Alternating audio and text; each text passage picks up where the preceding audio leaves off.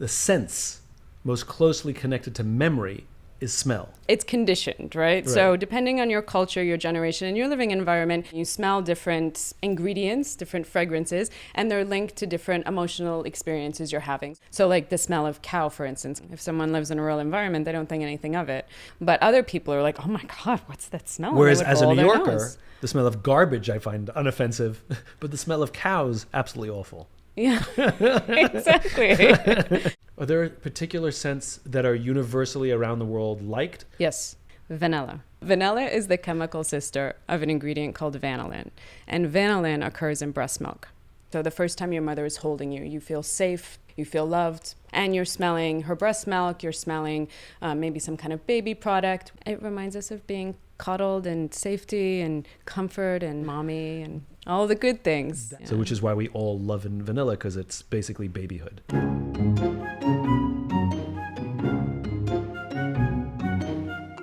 Dawn, thanks for joining me on the old podcast. It's fun to have you on because I think what you do is so fun and so special. Just to give people a little context for how I know you and how we met. You and I, by sheer coincidence, were seated at the same table at some event a lot of years ago. Right. And I had heard your presentation that day about using scent as for branding. And I thought your presentation was amazing. Thank you. And by sheer coincidence, we were seated next to each other at the dinner.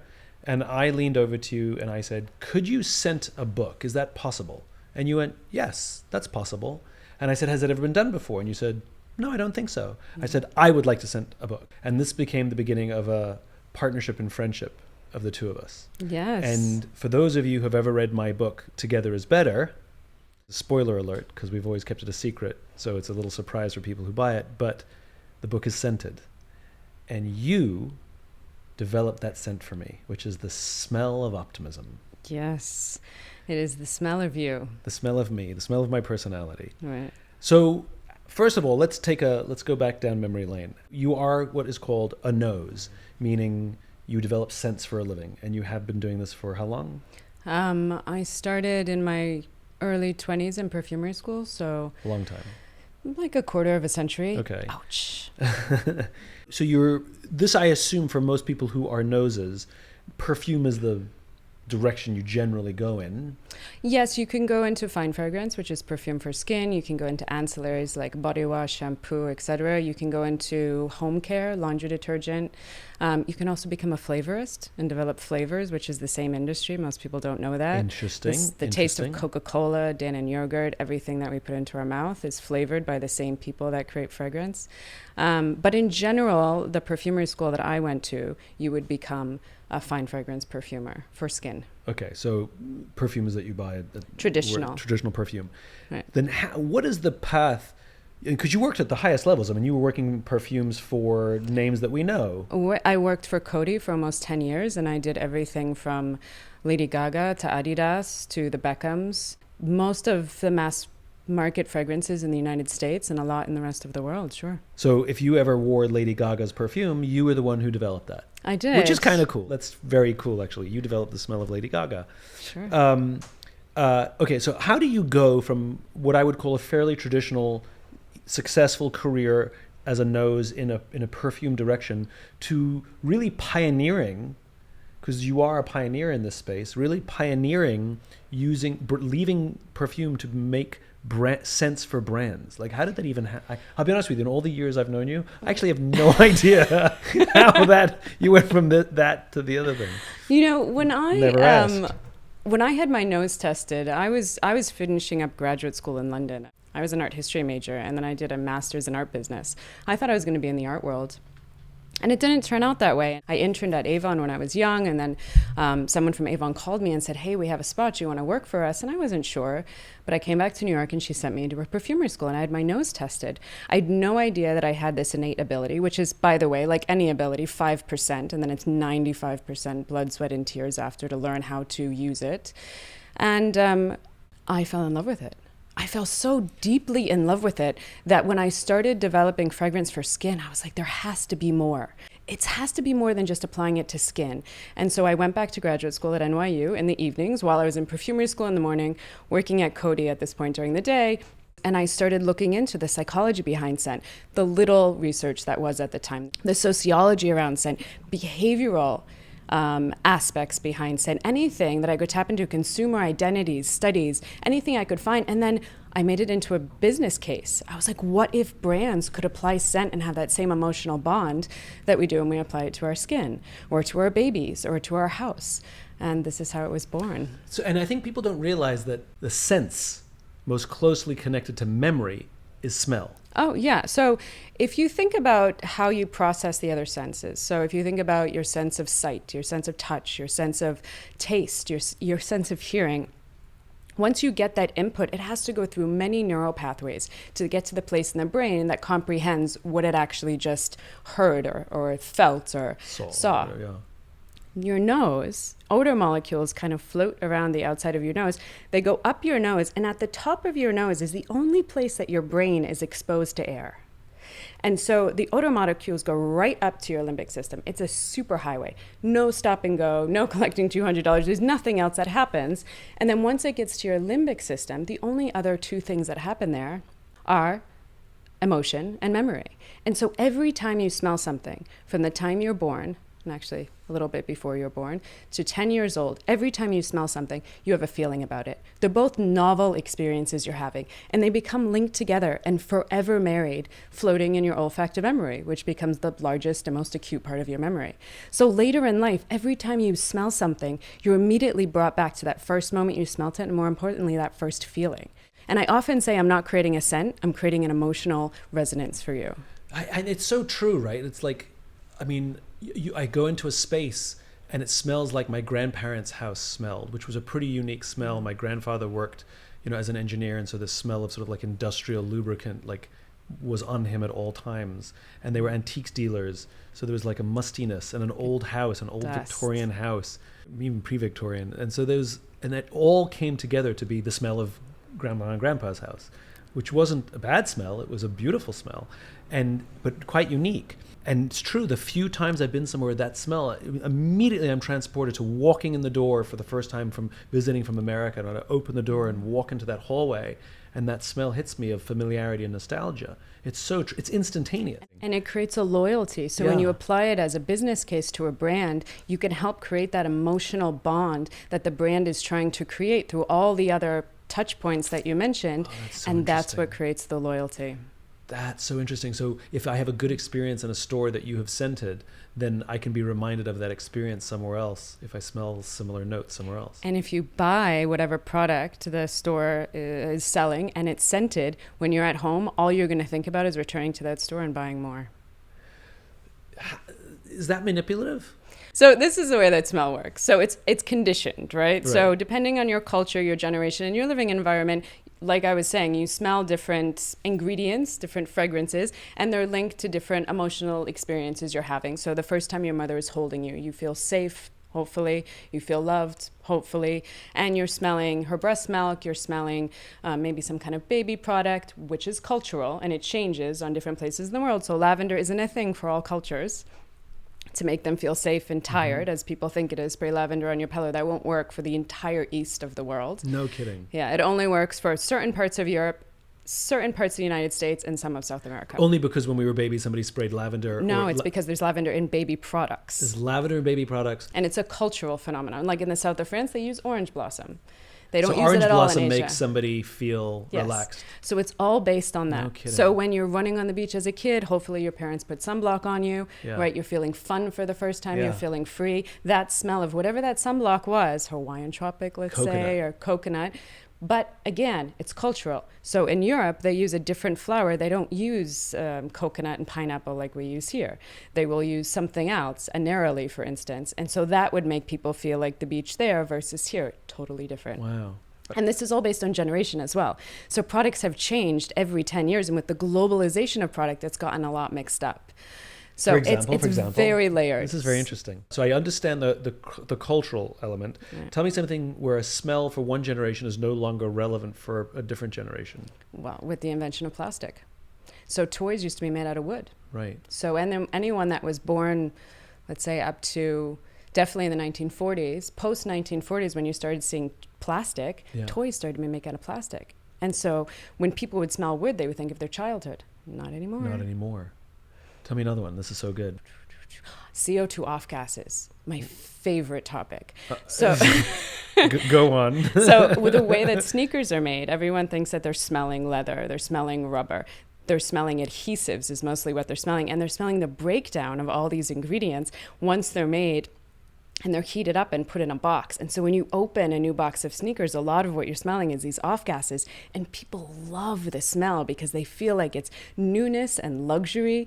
And I put it in so many fragrances. So wait a minute. I have to say this again. So it's the leather, the rubber, and the glue. It's the volatile molecules that break down once they're all put together. What's a volatile molecule? Molecules that disperse. They don't stay inside of a product. They float around so you can smell them. Okay, so the reason I can smell leather when I'm not right up close to it because there's a whole bunch of volatile because molecules there's all these coming molecules off of that are coming off of the leather. Yeah, but you know, leather doesn't actually smell like leather. What? Well, it's the skin of an animal. It smells like a dead animal. We treat it to smell like leather. What? So then why does all leather smell like leather? Have you ever smelled a cow? Yeah, they don't smell good. That's where leather comes from. But I always figured the hide when it doesn't have like blood rushing through it. No, it gets treated. So Malleable. Is it a coincidence? Like, did they design the smell of leather? Yeah, Like, did leather smell the same 200 years ago as it smells now? Yes and no. So Catherine de Medici was the first one to create commercial perfume in Florence. She came through Grasse, which is the historical home of perfume, in France, because Grasse was the center of leather. And they would scent saddles and they would scent gloves in Grasse. One, because no one wanted to smell like a dead animal right, on top of another animal, right, which would have been very strange. And then she came to Paris, and then the center of perfume, around the, let's say, latter 1800s, began the 1900s, Paris became the commercial center of perfume. And so all leather smelled the same because it was all done in the same place, essentially. And is that the smell today? I actually don't know the answer to that, but I would assume it's close, but probably not the same. So what do we add to make the smell of leather? This is so interesting to me. So there's no ingredient that smells like leather. It's an accord, essentially. So there's these little tiny formulas we make up to make something smell like something. So I've never actually broken down the accord of leather. Aha, I like it. I've given you a challenge. You have. Now I feel like I'm going to go back. So this is the thing that I like. Just to go off, and I need to come back to this, but before I do, as you talk about a chord, it's the same as a chord in music. Yes, exactly. It's exactly the same thing. So we have notes and then we have chords. So we have notes, which would be our ingredients, which are raw materials that could be natural, or we call them molecules, which are synthetically made by scientists. And then we make them into accords, which are a small amount of notes. It could be anywhere between 2 and 7. Because I love the way you talk about scent. You say color, there's only 3 primary colors. That's it. Right. And in music, there's only 7 notes. That's it. And it's how Beethoven organizes and combines those notes that make a symphony. It's how Van Gogh organizes and mixes those 3 primary colors that you get the magic of a Van Gogh. And there's only a finite number of notes for scent. And it's how you combine them into chords or accords and use them that makes things flowery, magical, vanilla-y, whatever. Absolutely. When I started training, there was about 4,500 that we had. There was a lot. 4,500, which is much more than 3 primary colors or 7 notes. Now there's about 1,500. A lot of them have been taken off the palette for a variety of reasons. The fragrance industry by nature still a lot of notes. Yeah, it's sustainable, and so we take a lot of things from the earth, and we're very careful with how much we take from the earth. We constantly think about how we can regenerate. It's unlike food, where they can make mass amounts of food and kind of ruin the soil, so there's no nutrients or smell or taste in food. Yeah. We can't do that. Our flower needs to smell the same year over year, or as close to it as we can make it. And so the soil has to stay very nutrient rich and dense so that we can produce the ingredients that we need. So we have about 1,500 that we use today. Let's go back to that box of sneakers. So there's scent coming off of the artificial leather smell, which is the smell of leather for all leather. There's the scent coming off of the rubber. Mm-hmm. There's the scent coming off of the glue in a hot box on a truck on a ship. Mm-hmm. It's been sitting in the cardboard. And the cardboard smell. And the cardboard smell as well. Mm-hmm. It's all been sitting in there. And if there's any plastic on the shoelaces, remember? Yeah, all of that. Mm-hmm. So it's all sitting in there and being focused and condensed because it's in a box, not with no ability to escape. And then you open it and we're hit with that combination because new sneaker smell is a unique and specific smell. When I worked with Nike, they wanted the smell of Air Force One. Okay. They didn't want Air Max. They didn't want Jordans. They wanted the smell of Air Force One specifically, which smells different than the other two. Because of the amount of leather, the glue, all the combination of the materials. Exactly. And that is so brilliant because the magic of getting this new thing and being hit by it, as you said, it's not innate, it's cultural, where we then learn that smell is the magic of a new pair of sneakers, which means you can recreate artificially the smell of a new pair of sneakers and you can pump it into a store. Did you do that for Nike? What is it? I did do that for Nike. So tell me, what did you do? So how does Nike use smell? So artificially produced, like the way you do it, not just, stuff in a box. I have to say today, we don't work with Nike, but we did for years. Okay. This is pre-COVID. So Nike was an incredible challenge for me. Talk about a challenge. And I love a good challenge. Nike was, still is, one of the biggest brands in the world. And so when I do what I did for you, as you know, I look very much at the target market. Who are you talking to? With Nike, their target market is enormous. But at the time when they designed everything, it was designed for a 17-year-old girl and a 19-year-old boy, but still all over the world. So we talk about cultural conditioning, China, Brazil, Germany, New York, the entire world. How do you do that? And so when I was looking at this, I was like, okay, but Nike's emotion, as everyone knows, is inspiration. And so I was like, okay, what inspires these 17-year-old girls and 19-year-old boys all over the world? And so I worked with Nike for about 2 years, and I did a bunch of Nike experiences. Nike has its own soccer pitches. They have their own basketball courts. I designed a pair of shoes with one of their big shoe designers. Like, I did so many things, and what I realized, it's the smell of sport. It's the feeling of about to play a sport that is the inspiration.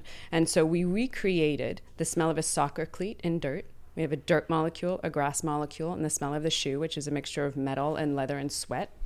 We recreated the smell of a basketball as it gets oily from your hand. Wow. We recreated the sound of a pair of sneakers when you skid on a basketball court. The linoleum and the rubber heat up and create a very fascinating smell that everyone knows. So when the squeak happens, a smell happens. Because it warms up and it releases off gases. It releases an off gas and those volatile molecules have a very specific smell. Yes. And you can smell it when you're at a basketball game.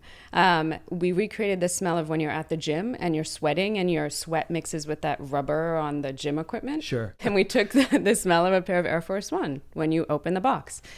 And then we added a little bit of magic, which we don't talk about, and that was the smell of Nike. And what is fascinating about it... all of those smells. And put them together. They're all accords. They're all accords. And we put them together. I hate to say it, and I know this is a naive thing to say, but if I took, my favorite phrase from a Police song, and my favorite phrase from a Beatles song, and my favorite phrase or chord from a Beethoven symphony, put them all together, what I'll get is noise. So how is all of these things, the cleats, the oily basketball, the smell, how is that not a nasal mess? Have you ever seen a Monet? Yeah. How many colors are in a Monet? Fair point.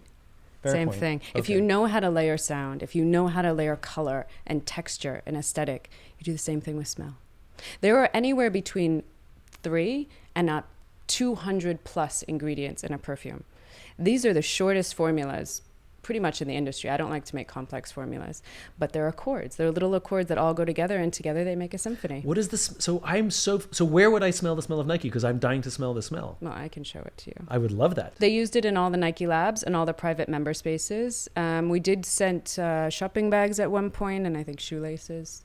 But what's fascinating about Nike is we still show it today when we're working with a new client or just hanging out with someone that wants to smell. I want to smell. And they smell it, and I don't tell them what it is. And they say, sneakers, grass. This is Nike. They don't say Puma. They don't say Adidas. They don't say Reebok. They don't say any other sneaker brand. They just say Nike, which is fascinating. And it's the Air Force One piece. And I used to say to people, they're like, oh, but I love the smell of the Nike store. I'm like, what do you think? Basketballs are just like giving off scent? I mean, yes, of course, there's like volatile molecules around basketballs, but not enough, that you would have a scent experience in a store. Yeah. So interesting. Are there particular scents that are universally around the world liked and universally around the world disliked? Yes. There's one for each. Only one? Only one. So there's one smell in the entire world that everybody likes? Yes. Which is what? Vanilla. It is really good. And you know why? Vanilla is really good. Do you know why it's vanilla? Because it smells like cookies. No. There's a lot of part of the world that don't eat cookies. Vanilla is the chemical sister of an ingredient called vanillin. And vanillin occurs in breast milk. And if you weren't breastfed and you had formula, they reproduce that smell for formula.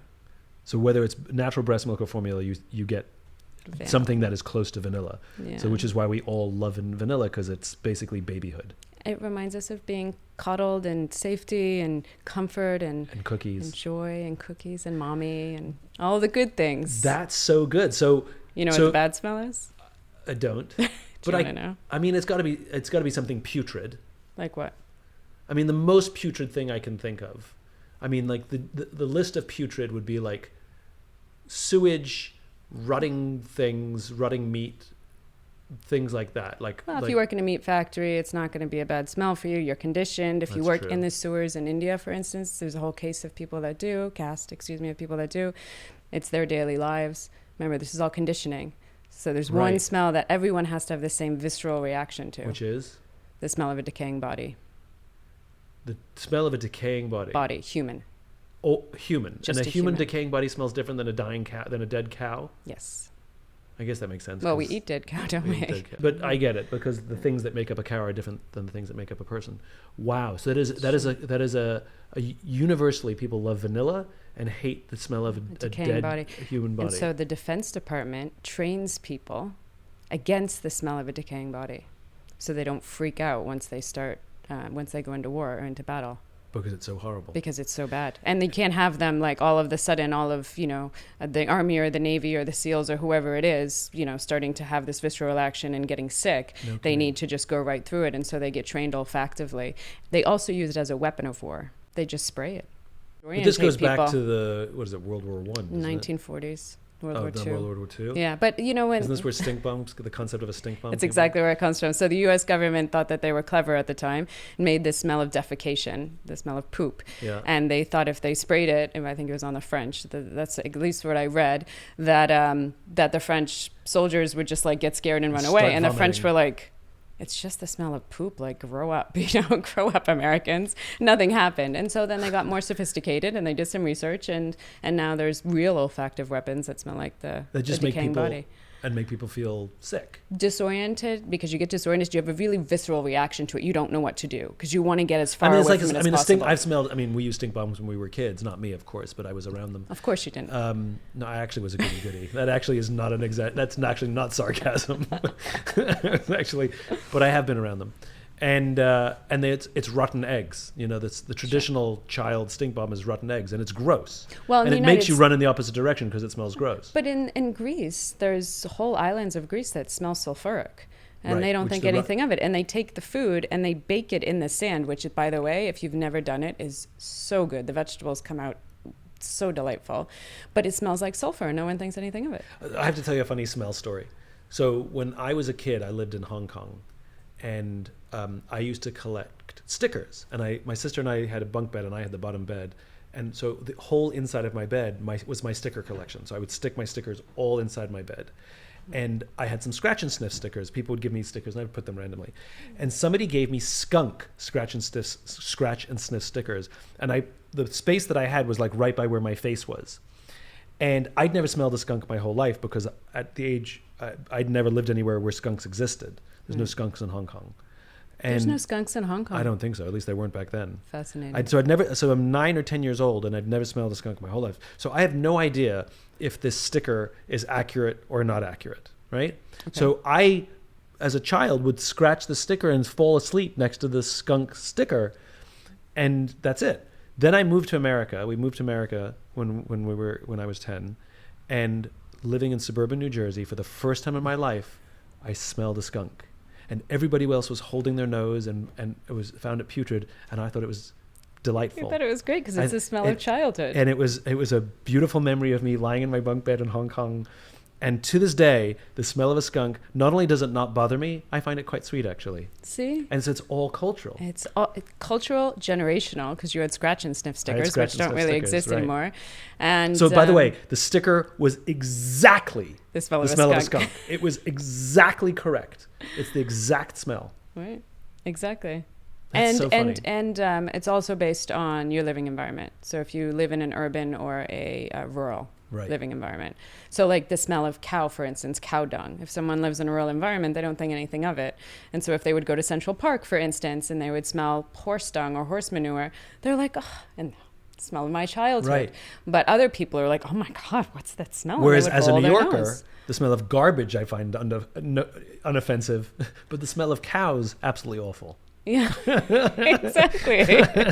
So it's the same. It's all culturally appropriated, except for those two smells on either end. Except that's so interesting. So if you want to give a gift to somebody who lives in a foreign land, a candle, for example, if you want to say thank you for letting me stay at your house, make sure to buy vanilla. You're more likely to get warm gratitude if you give them vanilla. Yes. As opposed to you guessing, oh, I'm going to give them this lavender one that's nice and relaxing, and they might find it boring. Or they just don't understand the smell. And that's the interesting thing with smell. So if you don't have an experience with smell the first 10 years of your life, and then you smell it later in life, you'll automatically reject it because you don't have an emotional reaction for it. So you just push it away. No kidding. And so the way we create signature in smell is the way I say it is we create like this hallway. The signature is at the end, and I create all these little doors for different cultures and generations and people to walk through so they feel safe because they know that smell. And so they can walk down the hall and get to the actual signature of the scent, which is where the emotion is and where the loyalty is. I want to talk more about the brands you've worked with. I know you can't talk about all of them because you're contractually not allowed to, but let's just say that there's some brands that have some amazing smells in their facilities and stores and places that we go, and we have magical experiences because of these smells, but you can't talk about it. I get that. What are some of the ones you can talk about? What can I talk about? Like what are some of the brands you've worked with where I know you've worked with cars. What did you do for Ferrari or Porsche? What did we do? Ferrari, we scented some of their showrooms for some of the new cars that were launched. Oh, Porsche was interesting. So Porsche, when they launched the Macan, they launched it in the Middle East. I think the first launch was in Dubai, and then it was in Qatar, then Abu Dhabi, and then it went to other countries in the Middle East. And so they wanted to create the scent of the Macan for these launches. Why it was so interesting was we'd done that before for other brands, not just car brands, but other brands all over the world. But the Middle East, everyone's fully scented. People smoke out their clothing. They oil their hair. They apply oil to their skin and perfume on top of that to your skin. So they are a walking full fragrance. Yeah. Let's say you have hundreds of men in a room for the launch of a car and we have to scent that room. How are we going to work with all that smell that's already in the air? Versus Americans, who unfortunately a lot of us don't wear perfume. It's much easier to scent an environment here. Because we have one little spritz and off we go. Exactly. Right. Well, we're fully scented. I mean, our toothpaste, our shampoo, our body lotion, our laundry detergent, our shoes. I mean, we're fully scented anyway. But we don't give off as many of those volatile molecules, whereas in the Middle East, they really want you to smell them from a distance. It's their way of recognizing each other, too. The women, depending on the country, they wear burqas, but some of them wear their full face covering as well. And the way they can tell who their wife is by her perfume. So everyone's fully scented. And so how do you scent an environment that's already fully scented? And so the brief came out of the UK, and I said, well, do you want it to smell English? Do you want it to smell Western? To keep using it, yeah. Do you want and I said that's the only way it's going to stick out in this overly scented environment. And so we made a Western smell for these. Because it'd be unfamiliar. For the Middle East, yeah. Oh, very good. Interesting, what went into that smell? What notes? We used a lot of clean wood notes. I remember we used a very clean cedar wood. You can have more of a smoky cedar wood if it's from Morocco, or you can have a cleaner cedar wood if it's from the US, from Virginia. We used a very clean cedar wood, a very clean sandalwood from Australia. We used a lot of citrus notes, really bright, juicy citrus notes, which is very Western in a perfume. And a very aromatic European in a room that smelled of the Arab world, this Western car stood out. Right. So interesting. Do you scent stores? We scent Valentino stores. So if I go into Valentino, it is scented to smell of Valentino, and you design that. So the Valentino scent cool. is based on the history of Rome, which is based on a lot of religion, Catholicism, based on blood. It's based on sensuality. It's based on death and life and everything in between. I mean, it's the history of Rome. Dash of chaos. And just a dash of chaos, exactly. But the beauty of it all. You're walking through Rome and you look down and the streets are dirty and it's all cobblestone. And then you look up and you literally think you're looking at heaven with all the gold in the sky and how much people revered God. And so that contrast is in the scent. It's the beauty of the scent of Valentino. We did it at the time with Pier Paolo and Mari Grazia. Mari Grazia is now at Dior and Pier Paolo has left Valentino. Yeah, these were the creative directors.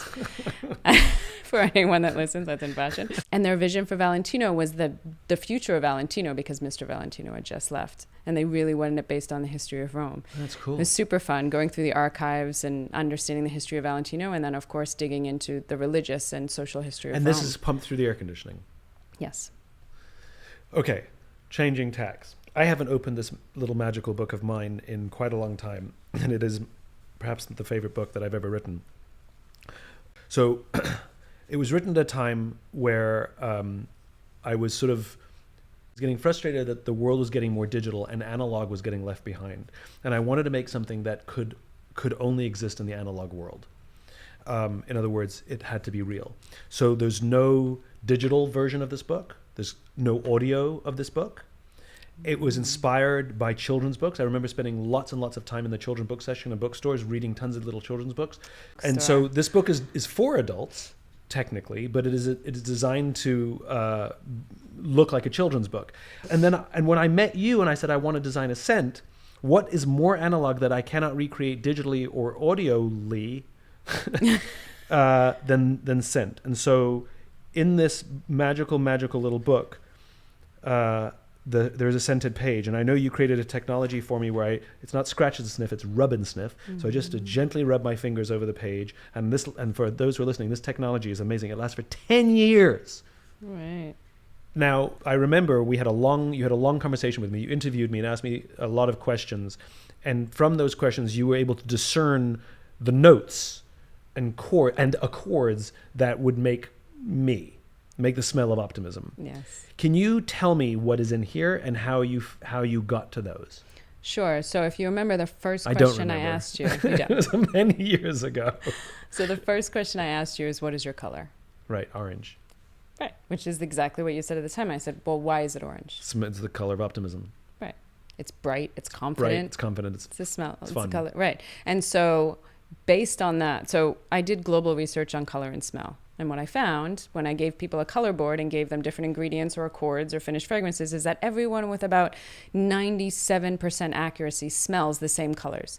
If you give them a color board, they will all pick out the same color. So if you give somebody a scent, most people, 97% will perceive the same color of that scent. In the whole world. So whole world. There's no cultural conditioning, generational conditioning, living environment. So give me an example. So if I smell, if I smell a lemon, I'm going to say yellow. But if I smell, give me an example of galbanum. Something. What? You have no idea what galbanum is. No. A resin that comes from a tree. Everyone smells green, dark green, with a little bit of brown, black, and maybe a touch of yellow or red if your nose is really good at discerning the give me another one that I actually components. know what that is. Sandalwood. Sandalwood. Can I recall the smell of sandalwood? Sandalwood is brownishy yellow. It's kind of a light brown cream color, yeah. Vanilla. Oh, that's cream colored. Right, but vanilla itself is brown. That's true, vanilla is brown. But everyone does it as a creamy white. Yes. Huh. And so this happens with all ingredients, all accords, all smells for everyone all over the world. And so what's interesting about that, brands, first and foremost, identify with color. And so the first question I asked you is, what's the color of your brand? So you're backpedaling. When you take the color, you can get to the smell. So when I said orange, you're like, okay, I can. So this smells like not oranges, but it smells like the color orange. Smell like the color orange. Okay, keep going. So what else did you make? How did you make this? So the next question was, what is the texture of your brand? Smooth. Right. So what you said was you said Mac at the time, a new Mac, the brush steel of a new Mac, and you said worn in leather. It was a contrasting. You wanted the smooth comfort of worn in leather, but with the smoothness of the new Mac. Yeah. So that was I forgot your to mention that I made the cover of this soft to the touch, so it feels like skin. Yeah, it's soft because touch. I want it to be human. I forgot that. So go on. Sorry, back to my self-indulgence. So how did you come up with this? Self-indulgence. So your shape. I asked you what your shape was. You said it was a handwritten circle. Hand-drawn circle. Exactly, yes. Hand-drawn circle the size of a grapefruit. So great. So when you design fragrance, you can design it in a shape. Is it round? Is it square? Is it triangular? It depends on how the molecules move, right? So I wanted them to move in a circle. So if you notice with your scent, you go deeper and deeper into it, but you're always going back and back and back to the same signature. It doesn't delineate like some perfumes do, like a triangle would. Right. So that's the shape. And then, of course, the emotion was optimism. Yeah. So the scent has to evoke that sense of inspiration, confidence, strength, brightness, freshness, feeling of potential and hope. And so that's what the scent does. And then I asked you to go back into olfactive memories, which I only do with people and not brands. And I don't ask brands what they think about smell because it's irrelevant, because they're not their target, but you are your target. Yeah. So I said, give me some olfactive memories that have deep meaning for you. And you said the smell of a fire after it's gone out from a fireplace. And so what we started with is we created the accord of the smell of a fireplace after it had been blown out and what that smells like. And then we built layers around the scent of all those other things that I just mentioned, and then more. It is dark, and it is, I think the way you described it was light and dark combined. The middle is very dark, but dark in the most comforting feeling of safety and warmth. And there's something in it that you're like, I know this. I know it, and it makes you feel confident. Why don't more companies do this? Because it seems the power of smell to create loyalty and memory, it seems that this should be a standard thing. Like every company starts and says, we need a logo, right? Mm-hmm. And by the way, for good reason. And companies like, we need our company colors, for good reason. Some go as deep as having their own font. Or their own sound. Or their own sound, right. They have jingles. Yeah. Apple, Microsoft, they spend a fortune of money to make that chime when you turn on the Macintosh. So it's always, that Macintosh, that Apple sound every time you hear that chime. And it's changed over the years. Yes. Why is it that more companies don't do smell, considering that it is way more powerful for connecting the brand to the person and to the memories that they have and the experiences they have? It seems like this should be basic. There should be thousands of companies like yours doing this work, but there aren't. There's only a precious few. Well, the first reason is your sense of smell is fully developed before you're born. It's actually fully developed at about 16 weeks inside of your mother. And that's the beginning of your taste preferences, because odor is the only thing that passes through the amniotic fluid. So once you're born, your whole world is smell and emotion. And your other senses try to catch up, right? Now they're catching up. Your ability to talk about them is also growing. And so they're connected. So your sense of sight, you have a language for sight. You have a language for hearing. You have a language for taste. You have a language for touch. You have no language for smell. Smell and language are not connected in the brain. And so when brands just say that they want to communicate, identify, differentiate themselves against other brands or for the world, they never think about smell. Rational. And when you tell them, they go rational. And Yeah. when you tell them how powerful smell is, and sometimes I show them if I am sitting with them, but I haven't sat with every brand, and I don't want to say it's divided by the sexes, but it in general is. Yeah.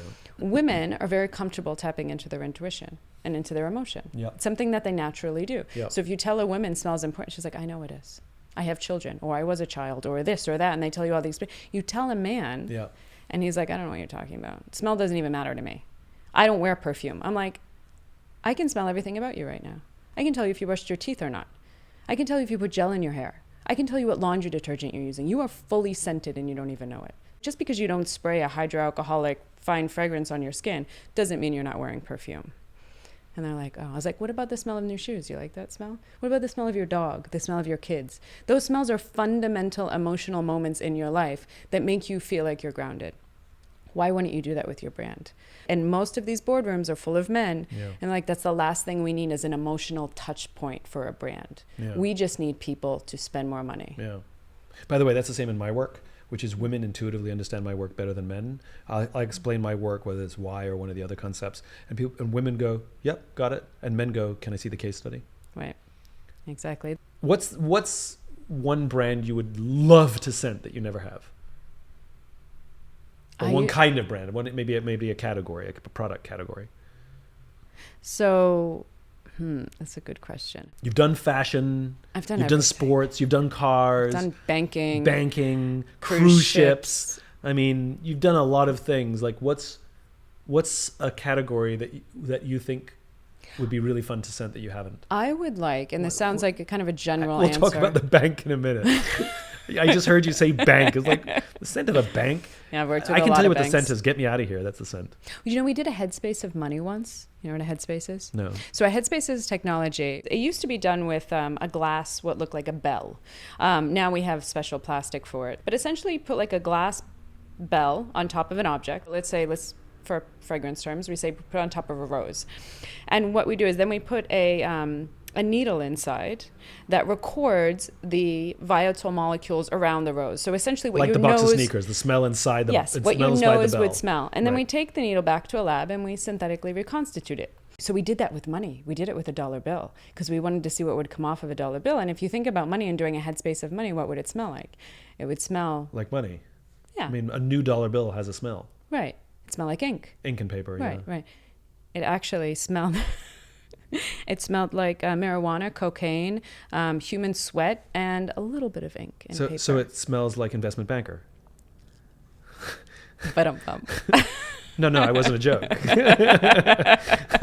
Yeah. I do appreciate that investment bankers and money smell the same. Potentially they do. I haven't done the research on that, but I'll let you know.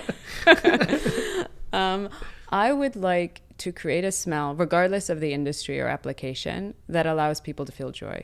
I think, not to get too serious, but the state of the world is in a conundrum. People are feeling very unsafe. They're looking for comfort. They're looking for safety. They're looking for simplicity. And I think we have simple moments of joy in our everyday life. And I'd like to recreate those with people so they can find that safety when they're looking at the state of the world and not really knowing what the answer is. And how can they take that anxiety and bring it back to a form of nourishment and comfort? Take their garbage and make it into flowers. I would like to help them do that. We'll make a candle of that, please. Yeah, I'm working on it. Have you scented like a children's wing of a hospital? So we have talked about it. This was pre-COVID. Yeah. And since COVID, the hospital systems in general are a little bit overrun and overloaded, and we haven't been able to roll it out. But we did do a children's book in lieu of that, as you know very well. I know. And Scent of a Rainbow. And children love it. And it's about, the color research I was talking about. So it allows children to understand smell, emotion, and color from a very early age. Yeah. And kids love it. And we made it so they could put it in their mouths. And it's their favorite book that often falls apart because they want to read it every night. And I get so many videos from kids from a very young age to 6 years old reading this book, and it bringing them so much joy. They have those little children giggles that we were talking about. And that makes my heart like burst. It doesn't matter how many cool luxury blah, blah, blah scents I've done, but a child reading a book and smiling because of, something we created. Oh, magic. Yeah. Dawn, I hope that you make the smell of comfort and joy in this world that we are trying to make sense of, no pun intended. Thanks so much for coming on. Absolutely fascinating. So cool. And everyone should go check out your book, The Smell of a Rainbow. Thank you. If you enjoyed this podcast and would like to hear more, please subscribe wherever you like to listen to podcasts. And if you'd like even more optimism, check out my website, simonsinek.com, for classes, videos, and more. Until then, take care of yourself, take care of each other.